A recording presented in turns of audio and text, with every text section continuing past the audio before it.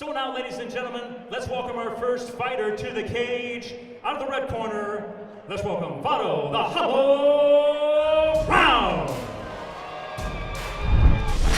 All right, so EFN 22 here, kicking off with Vado Brown making his way to the cage at the 125-pound weight class. He'll be going up against Gabe Barron.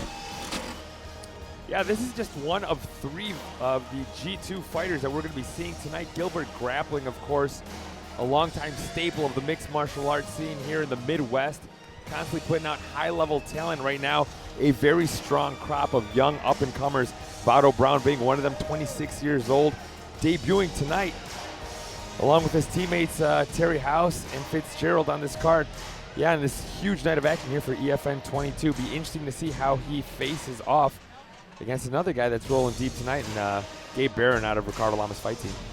And Vado Brown making his debut fight tonight. That's something you'll see as one of the signature elements of EFN, Elite Fight Night. That is the ability to platform the next generation of fighters, giving them the opportunity, national exposure, giving them a real fight atmosphere, a real fight scene to go up against the best competition that's out there, not just who happens to be, geographically convenient for them.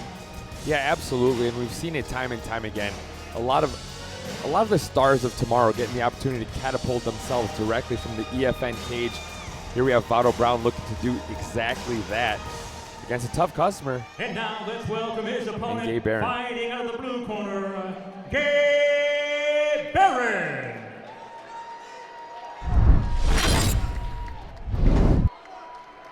And here's Gabe Barron, his opponent proudly flying the Mexican flag as he makes his way down to the cage. Christian, Gabe Barron, relative unknown. What have we picked up on him? Well, as I mentioned earlier, he's coming to us out of the Ricardo Lama's fight team. He's one of 4 fighters from that team that we're going to be seeing tonight. He's a fantastic striker. He's got fluid punches and does a good job of kind of letting his punches work their way into his kicks. He sets up traps. He's got great counters, slick footwork. He's just a very dynamic young fighter. And despite being only 1-1, after taking a look at some of his footage, he's quite savvy already to be in this stage of his career. And it'll be interesting to see how that fares against Vado Brown, who obviously is also getting some very high-level looks inside the walls of Gilbert Grappling.